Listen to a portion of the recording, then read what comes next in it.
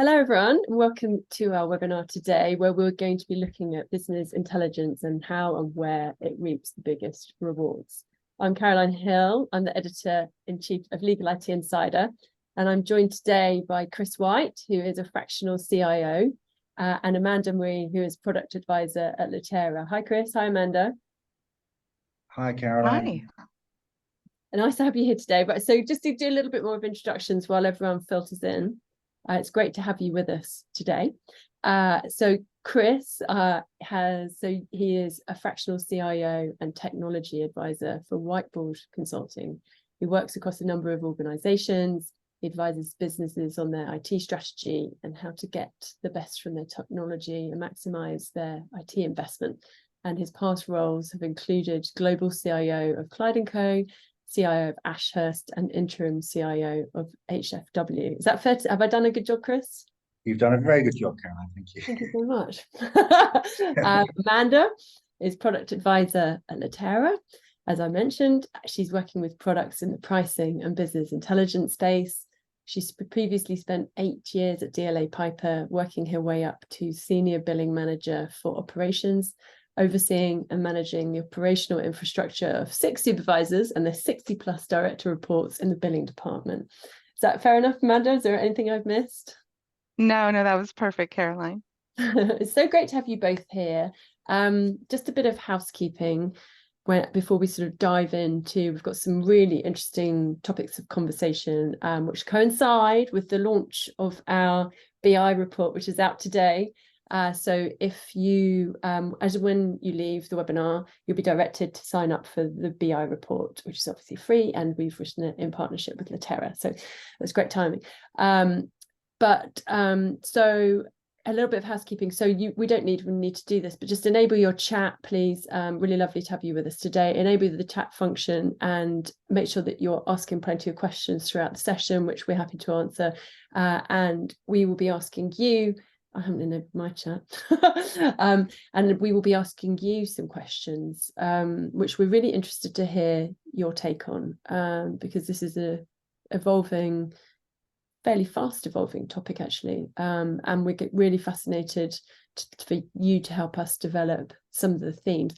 Before we dive into things like, I want to sort of look at how the best tactics in getting BI up and running, and then move into some more sort of sophisticated uses.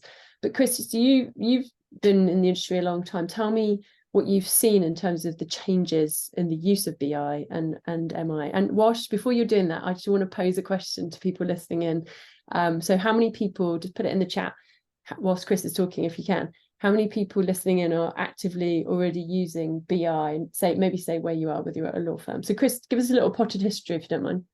Yeah, certainly will do. As Caroline says, I've been in the legal technology industry for quite some time. I joined my first firm, which was Ashurst, back in, I think it was 2003, 2004. So I've seen a lot of change in the legal landscape. We know there's been a lot of globalization of law firms. We know there's been a lot of sort of consolidation, new entrants coming into the market from sort of non-traditional sort of legal backgrounds. A lot of change.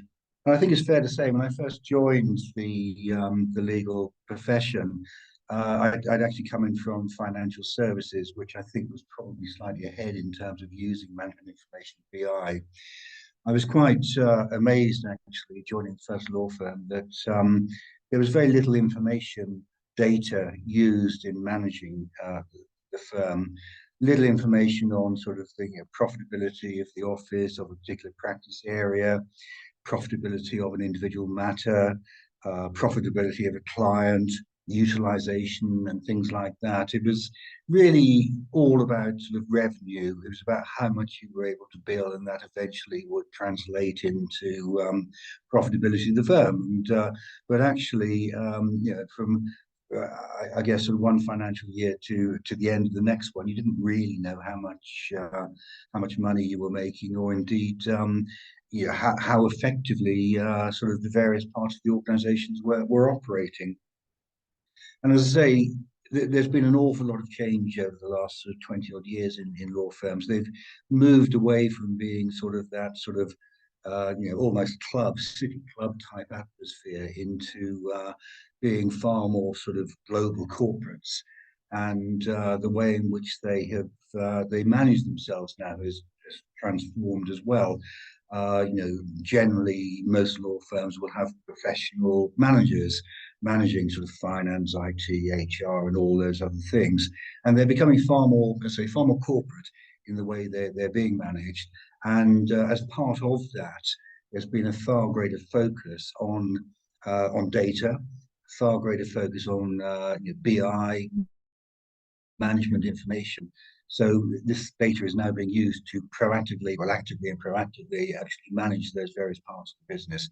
So it's taken away really the guesswork that might have been fairly prevalent sort of when I first joined the industry, into a far more sort of measured, planned environment. And if something happens within the firm, you know what happens, you know why it's happening, and you generally get early advance warning of that, so you can then start making decisions around what you want to do about it. So if you take on work, it's not profitable, well, you have to question whether you actually want to do that work, or if the client's not actually profitable, do you actually want to work with that client? So we're getting into a far more controlled and management environment, and behind all of this is that the BI, the management information.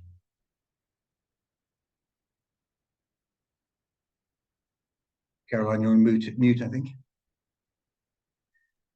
That's been a while. I was That's £5 in the pot, please. Does that take you back to the early days? That that was I had a sign saying you're on mute. Yeah, that when I was a lawyer a long time ago, a lot of it was sort of hunch or sort of the way I've written about it subsequently, sort of finger in the air, and because it's quite difficult to detect across an organization to pull all those strands together without BI. But I know Amanda, in the report that we've got out now, which has got so much fascinating information and commentary, including from both of you, you talk about uniting the front and the back office and enabling them to effectively work as a team. But can you describe how that worked at DLA in terms of your journey? Because I know you went on the whole journey with them, didn't you? Almost from being quite a manual process right through to COVID. But describe for us, because I found it fascinating hearing that from you. So, but just describe for us how that went and what your experiences were. No, right. So my first real introduction to law firm business intelligence at the beginning of that journey was when I was an analyst. And, in the beginning, it was very much a desire from firm leadership. We need to have data that we can access regularly and reliably, and then use that data to inform business decisions in the firm. But being able to do that without any of the technology that business intelligence gives, a central data cube where everything's united, meant myself and others were spending lots of manual hours. So that was my first real start. A lot of drudgery, a lot of misery, and then it was very difficult to always replicate. And I feel like that's a very common experience at a law firm in their back office. But then, when we started introducing this idea of, well, we can have a data cube, let's start connecting these data sources, it removed that manual effort. Now we could actually deliver information, give that accessibility, and then be able to engage with it very directly. And so the back office loved this. This was great for us. I could be an expert instead of a drudge. Our C-suite was super excited because they could get information whenever they wanted it and needed it. And so we reached this point in the back office where we were very strategically using information to inform budget decisions, revenue perspectives, get ahead of risks, try to decide, what is going to be that year-end goal? What does it need to be? How do we shift it? But the front office was very much disconnected from all of this energy and activity. And so in the evolution of BI at a law firm, once you have that centralized data, you now have to be able to translate it in a way that users can engage with it. And so that's really kind of the grand promise of BI at a law firm, where you can take, like what we say at Litera, you can take the practitioners of law and connect them to the business deciders of law. And now you have a unified connection. And so at DLA, when we reached that point where we could flip it into dashboard visualizations that partners could connect with, we could also engage them with accountability measures, targets, milestones, directed ways in which we can build expectations on delivery and connect them to their daily efforts to the business end. Now we are moving in this kind of unified effort. And so it was really fantastic. Right before I retired from that area, I had reached a point where partners weren't coming and saying to me, "Oh, Amanda, I need this report updated with these 3 columns transposed." And instead it was, "Amanda, my dashboard showed this, but this report I got from somebody said this. I don't think that's correct. That is not what happened on Tuesday." And that's actually extremely exciting for a law firm because partners, our fee earners, were caring about their business numbers in such a way that they could actually correct them, which is, that was a different kind of problem, but it was a good problem to have. I was going to say that's almost a be careful what you wish for type Right? of so being told how to do your job around data by a partner, but it's a good problem to have. Better than them being completely detached from it all and you having to kind of exactly. How I mean, if this resonates with anyone listening, just let us know. But how to sort of start back at the beginning almost, because you don't know where people are in their BI journey. Some people are quite sophisticated, some people will be literally starting out. So we'll cover the whole spectrum today in terms of your thoughts, experiences and tips. But for people who haven't really done much in the space, what are the best tactics for either of you, would you say, when starting out, when using BI? What are sort of the small wins or the objectives to start with? Well, so let me start on that one. I think like everything really, it's keep it simple. Lawyers generally are not that good with numbers. I'm generalizing, of course, but it's not sort of their specialist areas. They're not like finance people. They're very good at practice law. And I think it's keep it simple. It's understanding what are or would you like the key measures to be within your business? And a law firm, a lot of it's around profitability, a lot of it's around utilization, those sorts of things. And try and put a fairly simple solution in place which gives people information on the areas they consider to be important. If you get down into the detail and multi-layers and all these sorts of things too early, if you make it too complicated, people are just going to get frightened by it really and not really embrace it. So I think it's like a lot of change, really, transformation within a business. It's keep it simple. It's focus on things which really matter to people and which are really going to add value to their lives. So, if I'm a partner of a law firm, I will want to understand the utilization of my team. I will want to understand sort of profitability of particular matters or clients that I'm working with. So it's try to identify those areas which are really going to resonate with the people who you're wanting to use this information and focus on those to begin with. Once that you've got that bedded in and baked into the organization, you can then start adding layers onto that, become more sophisticated, but keep it simple to begin with. And I think the other thing is it doesn't necessarily have to touch all areas of the business to begin with.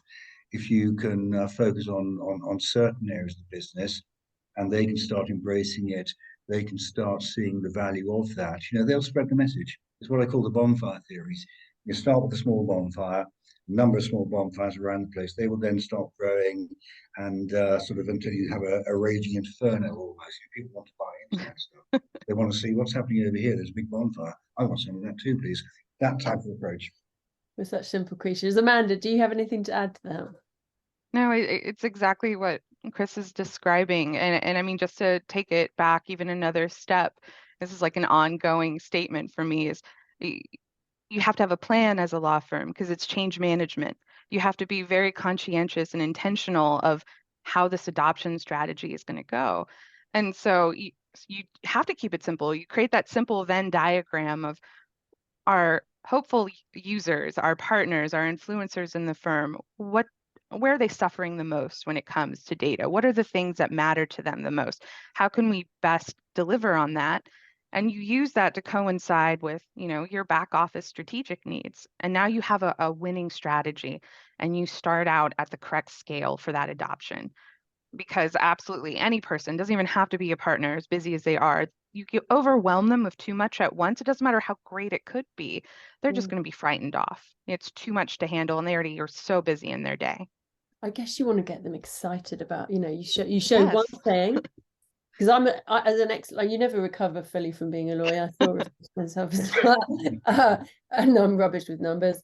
I can relate to all of this. But you see one thing, and one thing working well. Like with any of the financial apps, you're just like, oh, I can do that. Maybe I can do that. It's that Yeah. appeal, the way that you apply it. It's almost like an emotional connection with it, as opposed to just bashing people over the head. So your point. This is someone listening in. So Jeremy LeBlanc, it's to everyone. So if you put it to everyone, I'll read your name. Thank you very much for joining in, and great to see you listening here. Observes a key challenge involves establishing a centralized data warehouse. Amanda, you already referred to that at DLA, that consolidates various sources such as financial and I'm going to show my ignorance here. HRIS, is that right? Systems. The necessary data exists but remains unconnected. We need to develop a compelling proposal to secure business support for prioritizing the construction of this data warehouse. How do we pitch it to the business? That's a great question. Sorry for my fluffing up pronunciation. So Jeremy, sorry, no, carry on, either of you, actually. Yeah, I was going to say, Jeremy. Jeremy and I used to work together at Clyde Co, so good to hear from you. Yeah, I think I think you're absolutely right.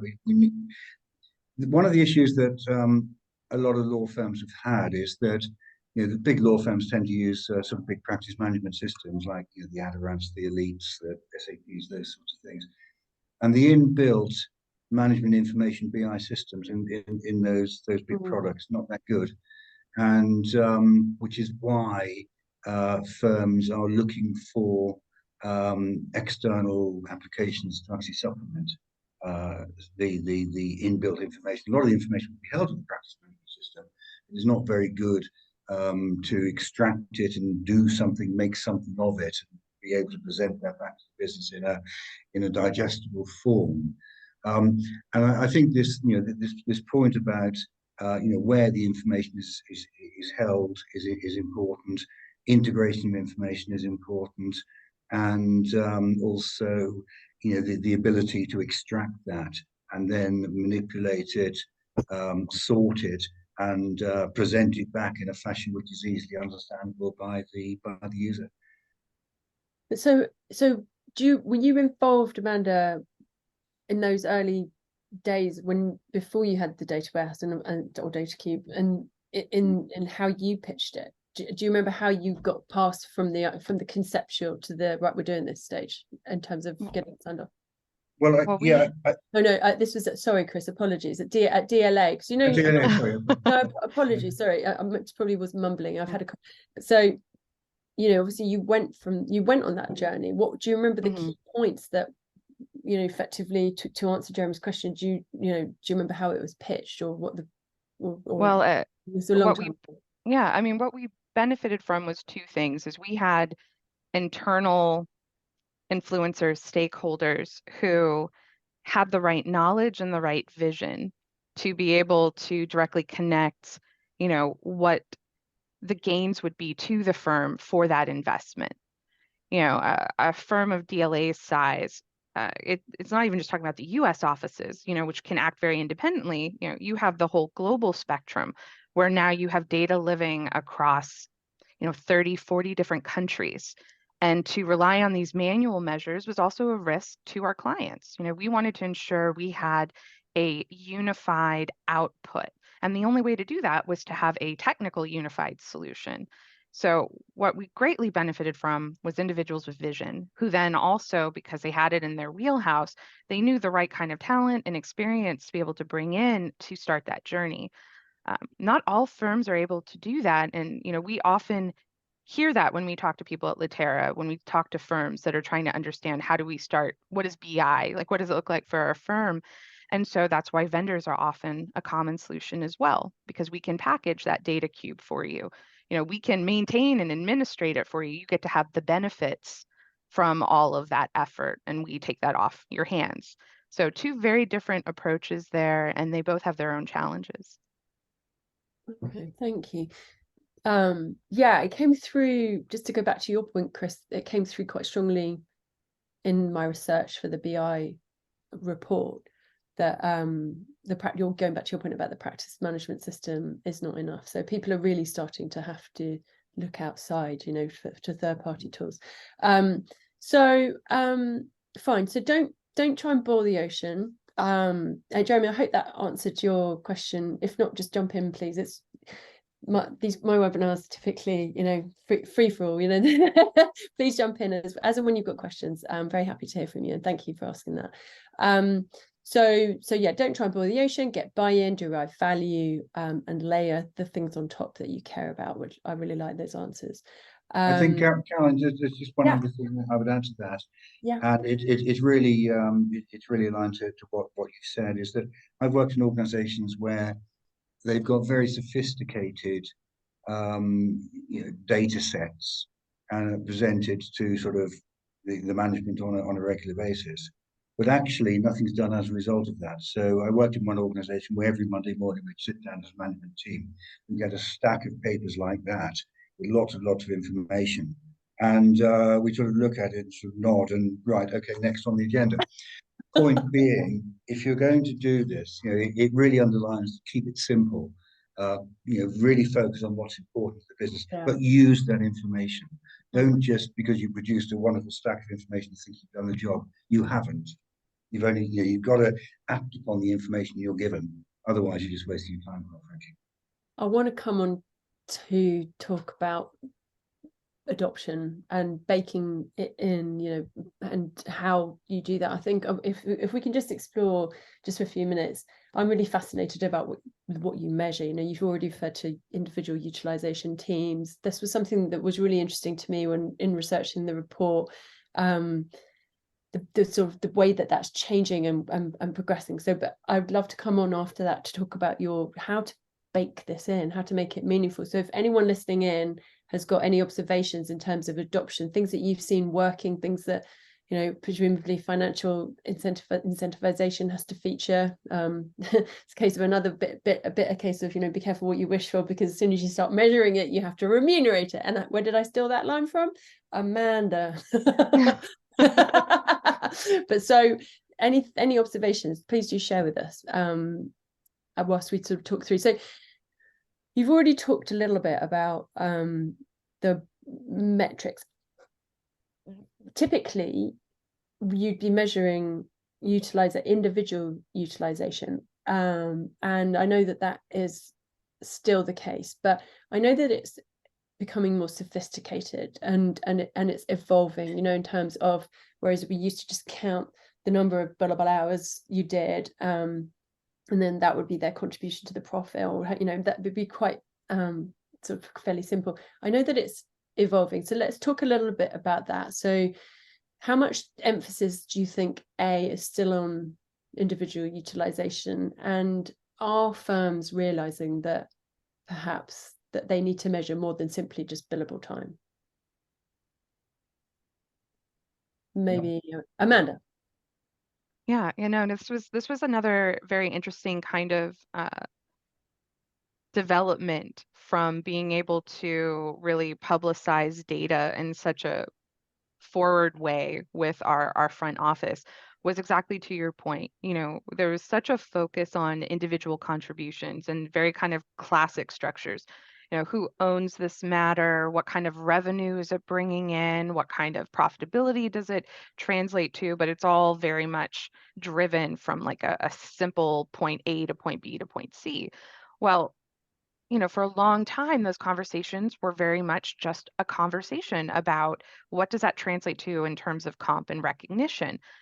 But once we started associating data to that structure, partners were like, well, what about all the other things that we used to look at that I bring to the firm?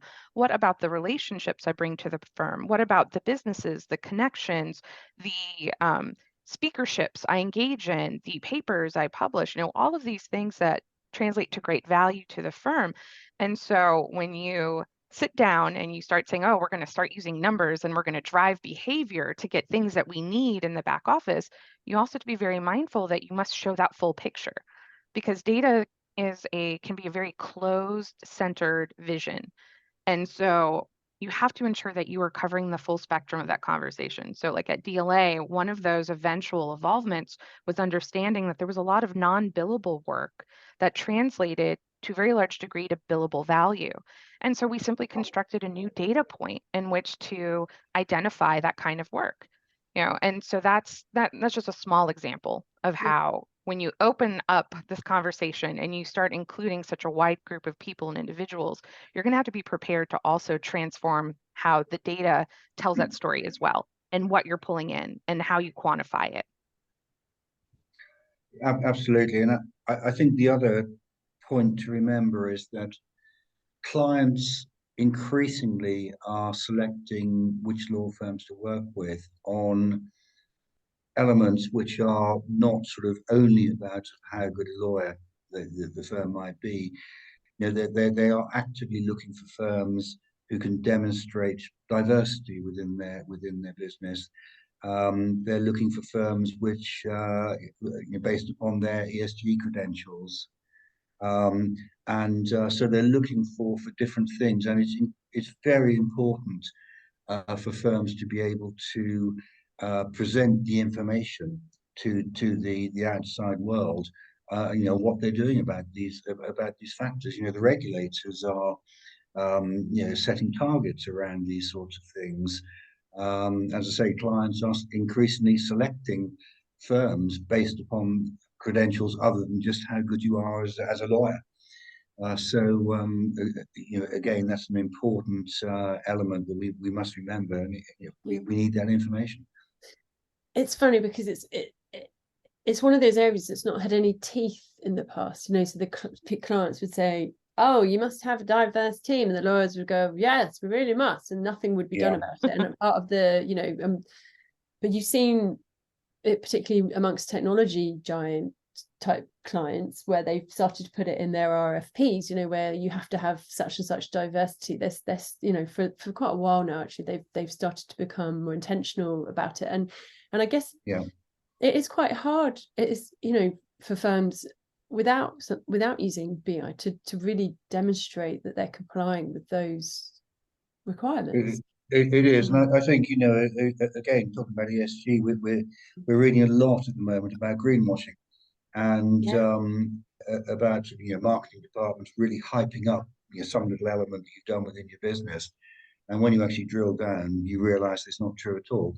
And I think that can create a huge amount of negative publicity for a particular business, and indeed a law firm, of course. So I think it's very important that again, like all of these things, they are data driven. I work with a firm, or sorry, a law firm where one client actually gave a bonus if we could demonstrate that we were fielding an entirely diverse team. So that was actually quite a positive thing.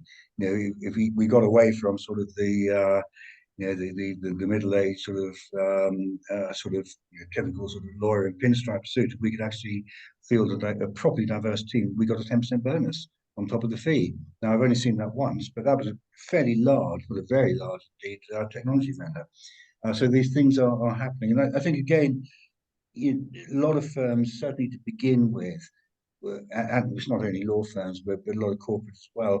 When the word diversity came into it, it was seen very much as a tick box exercise. I've got one of these, I've got one of those, got one of the others, and in my view, that's not good enough. That's a meaningless exercise. Diversity means a lot more than the basic measures that a lot of people use for it. It's diversity of thought, it's diversity of culture, it's diversity of all of those sort of other elements, because then if you can field that properly diverse team, you get a proper debate, people contributing from all sorts of different positions, and that enriches the whole conversation and indeed the outcome and the deliverable to the client. I couldn't agree more. I couldn't agree more. I mean, it's just the right thing, like it's funny, isn't it? Like it's and it's great that it has this, there's so many layers. One of the things that kind of fascinated me learning more about BI was how many layers there are to it. You know, you start off thinking conceptually, unless you're heavily involved in it every day, that it's this, and then as you talk about it more, you realize, oh, well, actually it can be used for this. And you use I'm not quite as passionate as you, Amanda, but I'm starting to become You should get excited. It's data when you can have it easily now lets you start doing stuff with it. And I mean, that's a much better place to sit in as a law firm. What can I do with this as opposed to let me just round around and try to find it and hope it was right in that exact moment that I pulled it, which I'm going to need to re-pull it 10 minutes from now, and maybe it'll be more right then or not. I mean, that's like the non-BI state, right? I mean, Yeah. forgive me just a moment. I was just thinking back to your earlier question, which is a little bit of why BI. It's kind of like, well, what's the alternative? I mean, it's an awful area of risk, right? Because the alternative is people. And I mean, I think I did a great job as an analyst, but now you are limited to just me. And hopefully, I was totally right when I pulled that information. And you multiply that by the number of people who might be a steady churn throughout your business. That's a horrible place to be sitting as a firm in terms of reliably predicting out your finances and your future decisions. That's feels Yeah. like, of course, BI. That's And, obviously where you and want to also go. the sheer amount, depending on the size of the firm, the sheer amount of strands that you have to pull together. You know, you were talking about during the report about when it would come to month end and you were having to hit a certain target. This obviously relates to profitability, which we will come on to, but where you would have to hit a certain target, and then rather than everybody going around going completely Right. insane trying to, you just look at your data and you go, right, or if I tweak that, and if I tweak that, if they build that and they build that, then we hit our target. But it saves a lot of time. That's Yeah. one of the things that struck me. It can save a lot of time. I think so I think we're going to come on to keep your comments on adoption coming. I'm going to come back to that when we come to the adoption, but I really appreciate you putting it in the chat so we can come to it. But so someone's made an observation. It's a great point. Any solution should solve for providing a tailored view for the front office, but it should deliver power to the firm's SME by a self-service in an external way. Oh, I think you might have been replying to the one above. We'll come back to that in a minute. Thank you. Just keep comments coming on adoption because we're going to come to that. Just real quick. When we were writing the report, this is a BI and a not a BI question thing, but it came up a lot, which is why I want to talk about it. And I think it would be really interesting to people considering their options as well. So we've talked about different ways of measuring individual utilization, but I spoke to one firm in the report, Seddons. I spoke to James Temple, who's the COO, and other firms who said, right, we want to move towards completely away from individual utilization to measuring team performance. Some of what they were trying to achieve is covered by the points that you've made about being a bit more sophisticated in the way that you measure individuals' time and being able to record, for example, going out and winning business. Because what they were saying was measuring individual utilization doesn't help if you've got people who are very capable of doing different things. That what you really need is a team effort, a team figure that they need to achieve, and then they work out how they get to that figure, right? This is a BI and a not BI question, but is that something that either of you can speak to? Because I found it kind of fascinating. They're saying, and then the one last thing I'd add is that Fian is typically like, whether they realize it or not, timekeeping because they know it. But anyway, do either of you have any observations on that team versus individual point? Well, I think, and I've discussed this with James and understand his point and what he's trying to get to, and I think a lot of it was around the amount of overhead required to record every individual's time all of the time. Did that sort of outweigh the benefits it delivered? I've got mixed views on this. I think it's important to provide individual targets to people. As sort of an employee, we want to know what's expected of us, and it doesn't necessarily have to be sort of in terms of number of hours billed.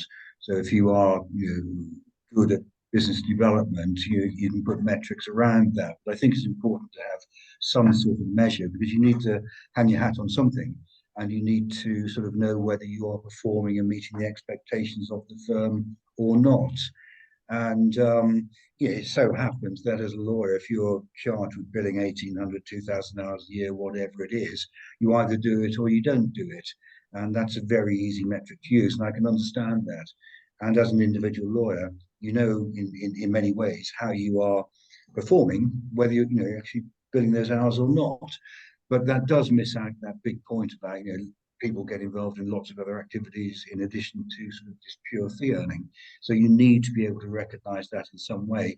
And I think if you have a sophisticated BI solution in place, you can start actually measuring those areas which are not necessarily directly billable hours, and rewarding people for that and recognizing for that. I think one of the big issues is that I've only billed 1,500 hours this year. You've immediately failed. Well, no, but I've also been developing business over here, and I've been, I don't know, working with the IT team to help put in this new system. So you've been adding a lot of value to the business, but it's not necessarily reflected in the number of hours you have billed, and that's been the traditional sort of method. So I understand where James is coming from, but I think it's still important to have people to know exactly what's expected of them. Yeah, I think it's interesting. I've had this conversation with people who've moved in-house. They move away to get away from billable hours, but actually the way that they comprehend value is through billable hours. It's a very deeply embedded and quite easy thing. We've got some comments. So thank you for your comments. Yeah, so interesting, Sarah Lord. There's delicate balance between team and individual measures. Firms have been prioritizing team performance historically, which results in a funnel that isolates individuals based on the partners they usually work with. That's an interesting observation. As a result, individual skills can fail to develop in an ideal way. So team performance is important, but it doesn't replace individual metrics to support growth and development. That's interesting. So you two jump in if you've got any comments on these observations. Yeah, but I think on that development point, Caroline, we talk about resource management and using BI for resource management, but I think it's more than just purely right. This person's available, so we'll put them on this job. I think you can actually go down a few layers there. So it might be you can use resource management to help development of staff. So if a particular lawyer wants to get involved in, let's say, more sort of M&A type work, it's not just a matter of this law is available, we're going to allocate this. If they have a particular desire to develop in a particular area, you can use those resource management tools and the BI around that to help develop their careers. So from a personal satisfaction point of view, that's good as well, and a motivational point of view. So it's far from being sort of this black and white type approach. There's lots of nuances to it, and you can add a lot of value to your organization again by using the information properly. Yeah, there's someone made a point about metrics, which we're going to come on to talk about. But feel free to chat amongst yourself. I really enjoy listening to your comments. We're going to come on to talk about baking it in and value. But there's a question. Amy Scaroni, thank you for your question. Fees disbursement realization is where the rubber meets the road, in my mind, and are far more telling than simply hours billed. We've noticed increased lost revenue through ever-expansive OCG billing restrictions and missed appeal opportunities. How are others measuring this through BI and modifying behaviour to stem this loss? By all means, jump in the comments. I won't necessarily read every comment, but I thought it was an interesting question. Do either of you have any observations? And Yes. anybody else in the chat, jump in. I feel Amy on this so much. And it's interesting. I've been hearing just in the past couple months in conversations with firms, I've been hearing a particular phrase, garbage in, garbage out. And it's all about timekeeping. And this is absolutely true. If we're just looking at quantity and not the quality of that timekeeping, then what's the actual value? Volume just feels very arbitrary. What I'd rather have is 0.7 hours that will be fully paid because the time entry is meeting the qualifying criteria for the client to see the value and pay in full, then 5 times that. That's going to get written off first by the partner, then by the client. And so this is where BI is extremely helpful because billable hours has always been a really easy data point to get to, no matter what system we look at. But overall realization, overall profitability, where the write-offs are happening, which tell a really dramatic story about the quality of the timekeeping.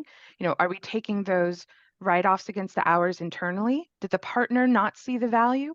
Is it happening from the client end? I mean, the client's choice in how much they pay us is a really direct reflection of the value they see in our work. Oftentimes you hear firms talk about customer satisfaction, client satisfaction. How do we gauge that? Are they paying you in full? And so being able to look at the timekeeper's output by far more than just the number of hours, and instead what that translates to in client payment value is a way to also determine the quality of that work. I think that should carry the same, if not greater weight, and it needs to be something firms pay attention to. And with BI, thankfully, they can get to that data and actually start driving behavior around it, changing the sensibilities on timekeeping. So Amy, I'm with you on this 100,000 times. I feel all the pain points you're talking about in that single statement. It's quite interesting. It's a slightly different point, but you've talked about the death by 1,000 cuts, Amanda, talking in terms of write-offs and fee earner confidence. It's not really an OCG point, but the monitoring the behavior of lawyers and habitually writing off time, which is just a little tiny bit here, a little tiny bit there, and what might seem just the most tiny amount, actually, when you look at it cumulatively, can really make a big dent. Oh, absolutely. And then understanding where that's happening, right? So firms give away money in special rates. There's already where we're taking a loss. I mean, maybe even in the rate structure, we might have given some money away and what we've determined on different market values. Then we're writing down entries internally, on the pre-bills. Let's take a little bit here, let's take a little bit there. And then we get finally to what the client's going to choose to pay. And if we didn't follow all their rules, of which many are now really codifying and memorializing with technology, upwards of 50% of firm matters are now going through some kind of standardized technology system that's checking that we followed all their rules. So there are 1,000 ways in which we're going to bleed out potential revenue and profitability. And it all comes back to how good is our timekeeping? What is the quality of our work as it's represented in our hours? And so, I just can't stress enough where we can use BI to improve timekeeping hygiene. As much as I hate that phrase, hygiene, that is such a great area of growth and recognition for firms. Let's reward the timekeepers who always are going to get paid for their time, and perhaps not the number of those hours quite as heavily. Let's go. I'm conscious of time. This is a great conversation. Thank you. So let's move on to towards sort of adoption and baking in behavior. So I know that we had an observation a few minutes ago. So let's come back to that before we say anything else. Right. So Graham Moore, thank you. The key to adoption in our experience is management accountability. Best practice we see is where metrics-driven performance management is embraced at the top of an organization. We're going to come on to say this.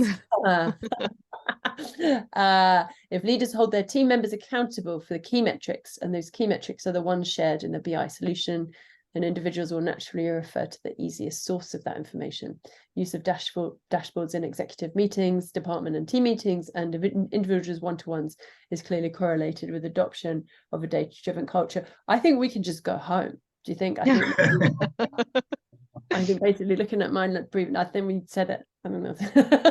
Perfect. It has to be, when I said to you, what behavior, what should you avoid with BI? We took a different pivot altogether. You started saying, well, behavior has to be led from the top, not by analysts, which was a slightly different point, but it's super important. So let's talk about that, because that's exactly what's been flagged here.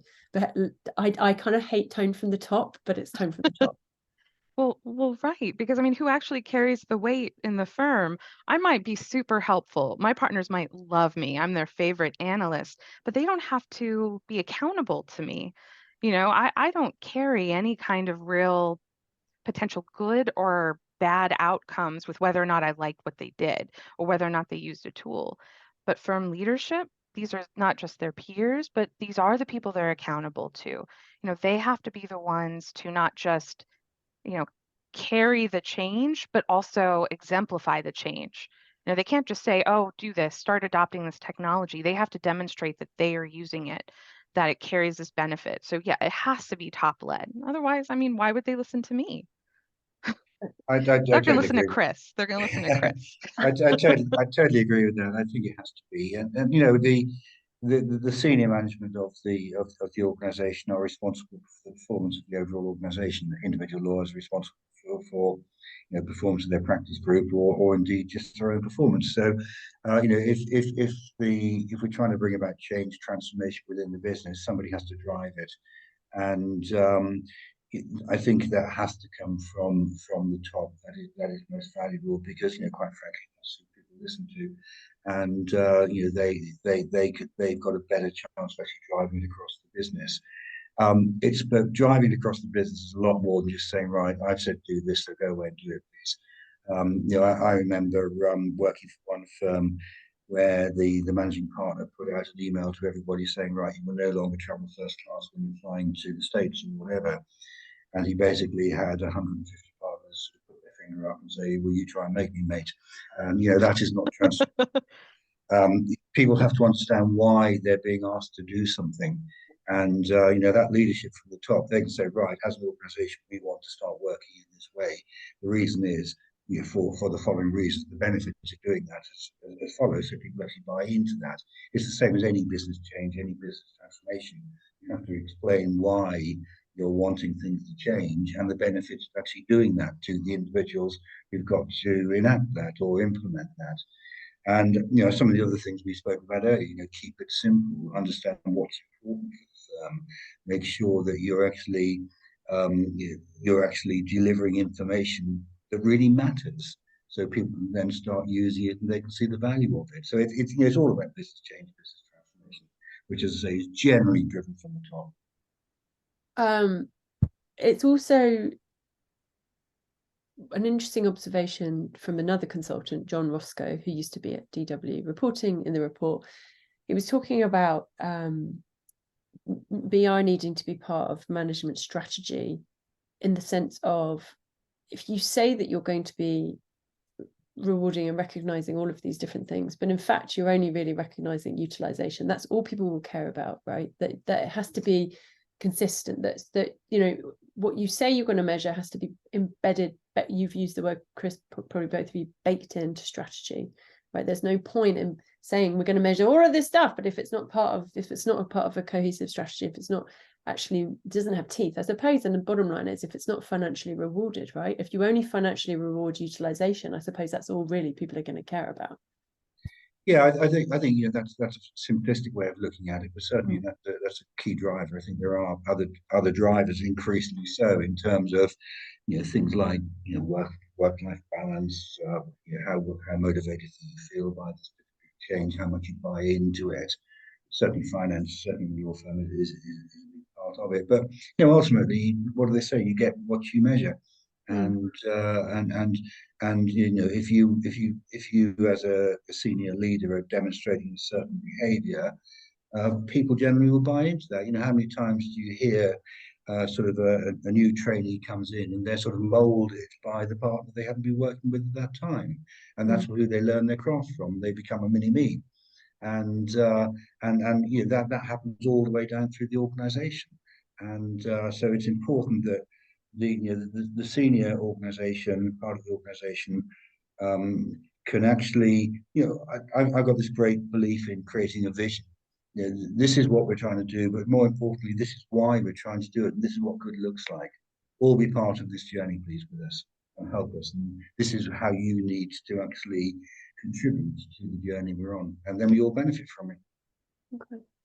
Amanda, I know you've said before about, I think I touched on it briefly earlier, about be careful what you know, if you recognize that you have to reward it. Was that something that you want to elaborate on a little bit? Sure.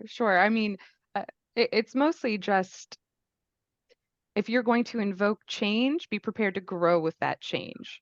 And so, you know, technology can be this really great impetus to push behavioral changes and so on.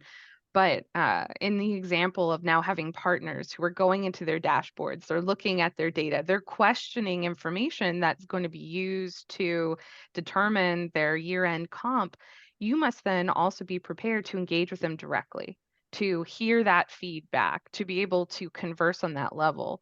And it goes back to, you can't just have your firm influencers, your firm leadership saying, oh, you need to use this. It must also be something they embody. Um, and so that's just, you can't say everybody needs to start doing what we want to have them do. It must be a shared collaboration, that partnership that Chris was describing. You work with me to the same end goal. We are all going to benefit. So that change needs to be reciprocal, because you're going to start getting feedback that's going to change the direction that maybe you intended to go, but perhaps to a really good end. Does it all come down to change management, do you think? Is that the Yes. Yeah. It feels like this is a and presumably that's very much something that should be done at the outset. Oh, 100%. And it really important to have scheduled retrospectives in your change management. Just because your plan was great 3 years ago, it's been 3 years. You've had a huge amount of feedback during that time. You must be very strategic and be prepared for the fact that your original plan was terrible and you need to change course. So, change management with lots of retrospectives to improve and change the path that you thought was the right path at some point in time. Yeah, plans are dynamic, aren't they? And 3 years ago, the plan might have been just what you needed, but the environment changes, clients' requirements change, your type of organization changes. So you need to, a good plan is a plan which you can almost on an ongoing basis review. Is it still relevant to us? If it's not, what are we going to do about it? And it is business transformations, it's change management. Any change in an organization need to go through a rigorous process. It doesn't just happen. The successful changes are properly managed, they're properly planned, they're properly implemented, properly resourced, properly budgeted. I guess I wasn't going to ask this because, and I've got only a couple more. Actually, I'm not going to ask it. We've got another. We can have more questions. Come on, ask it. Come on. No, I was just wondering, because I want to ask you in my last few minutes. I want to ask you all to just both of you to put on a bit of a vision hat and just say what firms can achieve that they're not achieving. But I was just wondering, like, how agile firms can be. When we talk about technology, I'm always talking about be agile, and that sort of fits in with what Amanda's saying. But this isn't the sort of break things fast type area, right? Not necessarily, well, maybe it is. Like, it can be. I mean, it's funny. You hear people say agile all the time, and if you're in project management, agile has a very specific structured outline in terms of change in project management, and a firm should have both. They need to be flexible, but they need to have a strategic vision around that flexibility. And the key, like the most important part, right? We talk about BI, we talk about, the data infrastructure, all that good stuff. It's just a big technological change with an outcome that is a cultural change to a firm. And so where that happens, you need to be prepared for the fact that everything you thought was valuable is now different. And what I love to play poker with my family growing up. And so a really key phrase, I think, is, as a firm, you need to not be pot committed.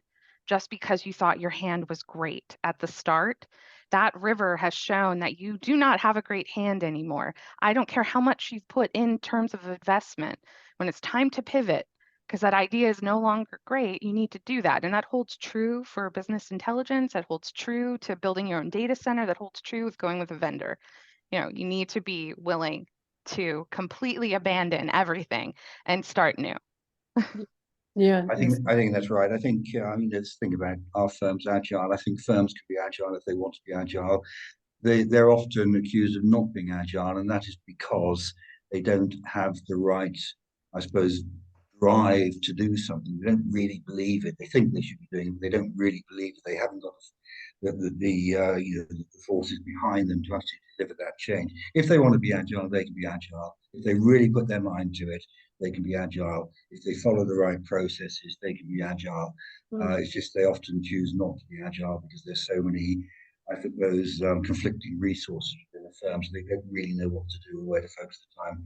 Create that vision of what you want to do, sell that out to the firm, get people to buy into it, adequately resource it, and achieve it. Great comment there from Sarah Lord. Yeah. Fail fast to succeed sooner. Yeah, absolutely right. And it Isn't that applies what it? to Isn't that what Elon Musk is doing with his SpaceX program? You know, he doesn't mind if his rocket blows up because he said we learn from it and we'll do it better next time. You know, don't and get that's, me you know, don't get me started on Elon Musk. okay, fair enough. So very last 5 minutes. I want you to put your hat on. So what confirms we've started? I think I quite like the sequence. So we started at the beginning, don't boil the ocean. We've talked about different metrics and how to become slightly more sophisticated. Putting your hat on and looking towards, you know, perhaps things that firms could be achieving that they're not. Where do you think they can take it? That would be, you know, perhaps be a real competitive edge. Which, let's face it, is why we're doing this. Both of you in turn. Maybe start with Chris and then Amanda. Well, okay. You know, we've said a lot of stuff already, but I think increasingly firms will become more data driven. And that's not just data driven in terms of the internal management, the efficiency of the firm, looking at the finances, looking at utilization. But we're already seeing sort of data driven firms or data being used a lot more in terms of making decisions about the outcome of litigation. At Clyde Co, or Jeremy and I were there, we did some work with data scientists to actually look to try and predict the outcome of litigation. And I think that's just the way the whole environment is moving. AI machine learning is giving us access to far more data and to make sense of that data. It's always been there, but we've never really been able to enhance that or to actually take that data and use it and make decisions based on that data. We haven't had the computer power or whatever to do it. So the technology is there to help us with this. And I think there is a far better recognition that law firms do need to become more data driven, and they are becoming more data driven as well, which will enable better decision making in turn better service to clients. Amanda. I think there's a real opportunity for firms to realign how they look at data to what the client's expectations of that output should be. I think so much of the angst that occurs at a firm is because, oh, we have our structure. Client expectations do not align with that. And now we're trying to make these two ends meet. And that's a really difficult place for our fee earners to be in, because the firm has one expectation, the client has another, and we're grading them on very different levels. So where we can start to re-engineer what we look at internally to align better with what the client expects delivery on, there doesn't have to be so much division of output or intent in our timekeepers. It can be a lot more organic and fluid. So I think that's a real opportunity for firms. Yeah, brilliant. Well, look, there's not any more time. We've run out of time. Thank you. Really interesting conversation. Thank you to everybody listening. Thank you to people commenting and joining in. I really appreciate it. And this will be available as a recording. And our report is available immediately after you finish this webinar. And so go sign up and have a read. Thank you, everybody. I really appreciate it. It's been great chatting with you. And thanks for listening in. Thank you, Caroline. Thank you, Chris. It's a great report, by the way. Have a look at it, everybody. Thanks.